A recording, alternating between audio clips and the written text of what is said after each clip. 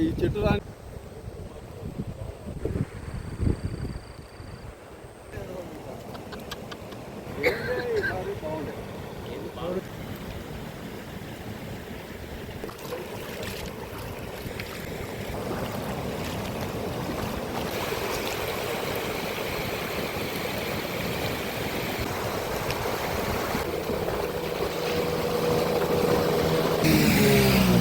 పేరు శ్రీనివాస్ రెడ్డి.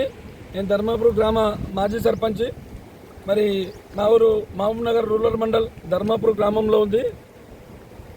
మా ఊర్లో గత 2 రోజుల నుంచి కురుస్తున్న భారీ వర్షాలకు అన్ని కుంటలు చెరువులు అలుగులు వారిపోయినాయి. అది అలుగులు వారిన కాడికి పర్లేదు, కానీ అతివృష్టి అనావృష్టి అంటారు కదా, ఇక్కడ మాకు మొత్తం అనావృష్టే ఉంది. టోటల్గా అన్ని చెరువులు అలుగు వారుతూ ఇవన్నీ పంట పొలాలు మొత్తం నీట మునిగిపోయినాయి.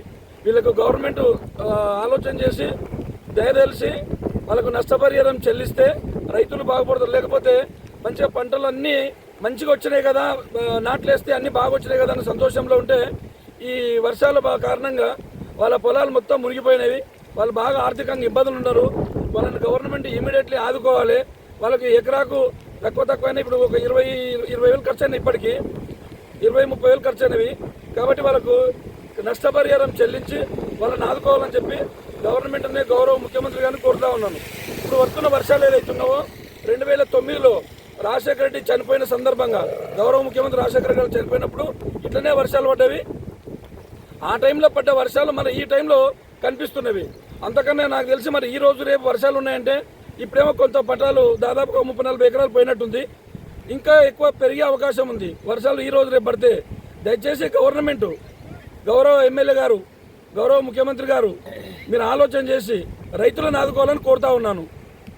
మరి అదేవిధంగా ధర్మాపురం గ్రామంలో కావచ్చు, మిగతా ఊర్లలో కావచ్చు, పడిపోయే దశలో ఉన్న ఇళ్లలో ఎవరున్నా కూడా వాళ్ళని ఇమీడియట్లీ కాల్ చేపించి వాళ్ళని సురక్షితమైన ప్రాంతాలకు తరలించి అది వాళ్ళని కూడా ఆదుకుంటే బాగుంటుంది.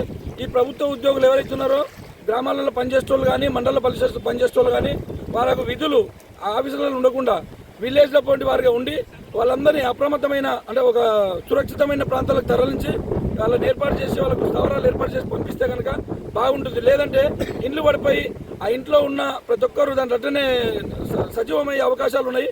ప్లీజ్ దయచేసి మీరందరూ అధికారులు గమనించి ఈ చర్యలు తీసుకోవాలని కోరుతా ఉన్నాను.